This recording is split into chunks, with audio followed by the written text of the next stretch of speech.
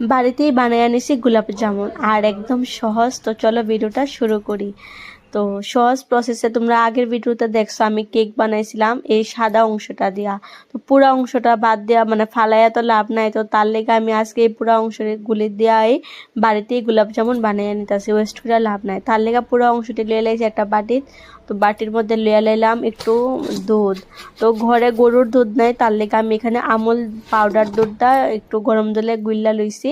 তো একটু একটু করে জলটা মানে দুধটা দিতেছি আর একটু চিনি দিছি সামান্য পরিমাণ, বেশি দিছি না কারণ শিরা যেহেতু হইব তার লেগা। তো ছোট ছোট লিচি কাঠটা সেটা মিষ্টির সাইজে আমি গোল গোল করে লাইছি। আর দুধটা প্লিজ তোমরা মানে কম কম করে দিও, একবারই বেশি দিও না, তাহলে কিন্তু আবার বেশি ঘাড় হইলে আটা ময়দা অ্যাড করলে কিন্তু শক্ত হয়ে যাবো গা। তার লেগে একটু একটু করে দুধটা দেওয়া সেটা একটা শক্ত ডো তৈরি করবা, বেশি ঘাড় বেশি পাতলা করতে যায়ও না, তাহলে মানে শক্ত এবং মিষ্টি দিয়ে মানে একদম ভালো লাগতো না। তো ঘরে সে ফরচুনের তেল নাই, তার লেগে আমি সরষের তেল ইউজ করছি। তো সরষের তেলে আমি ছোট ছোট লেচি কাটা মিষ্টির সাইজে এইগুলি লাল লাল করে ভাজা নিতেছি। তো বেশি কঠিন না, একদম সহজ প্রসেসে এই মিষ্টিটা বাড়িতে বানানো। অযথা দোকান থেকে আইনা লাভ আছে, বাড়িতেই বানিয়ে আনো। 30 টাকা দিয়ে একটা স্লাইসের প্যাকেট আইন না এটা দিয়া।